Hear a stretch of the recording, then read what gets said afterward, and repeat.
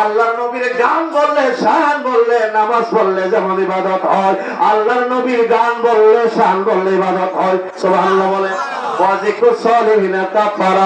আল্লাহর ওলির গান বললে, শান বললে গুনাহের কাফারা হয়। সুবহানাল্লাহ বলে। অনেক আবার বলতে পারে ওমানাথপুরের দরবারের আলেম সাদ্দাম মৌলভী আইসা দি গানের কথা কয়ে গেল, গান দিয়ে জায়েজ করে গেল। আচ্ছা, গান কথা কি না জায়েজ? এলেমের শূন্যতার কারণে, এলেমের অভাবের কারণে এই ধরনের ফতোয়া দিতে পারে। বাজান গান বললে না জায়েজ না। এখানে কিন্তু আমাদের মাঝে দুল, তবলা, হারমোনি, বাদ্যযন্ত্র নাই, আছে?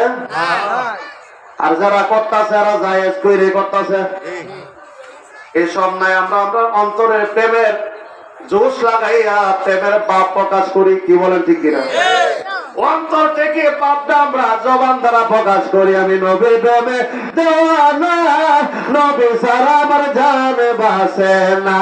নবীর প্রেমে পাগলে হইলে, নবীর প্রেমে পাগলে হইলে আল্লাহ তাআলা খুশি। নবীর দরুদ পড় দিবানিশি। নবীর প্রেমে পাগলে হইলে, নবীর প্রেমে পাগলে হইলে আল্লাহ তাআলা খুশি। এই নবীর দরুদ পড়। এই জন্য কোরআন খুললে শুধু নবীর শান আর শান।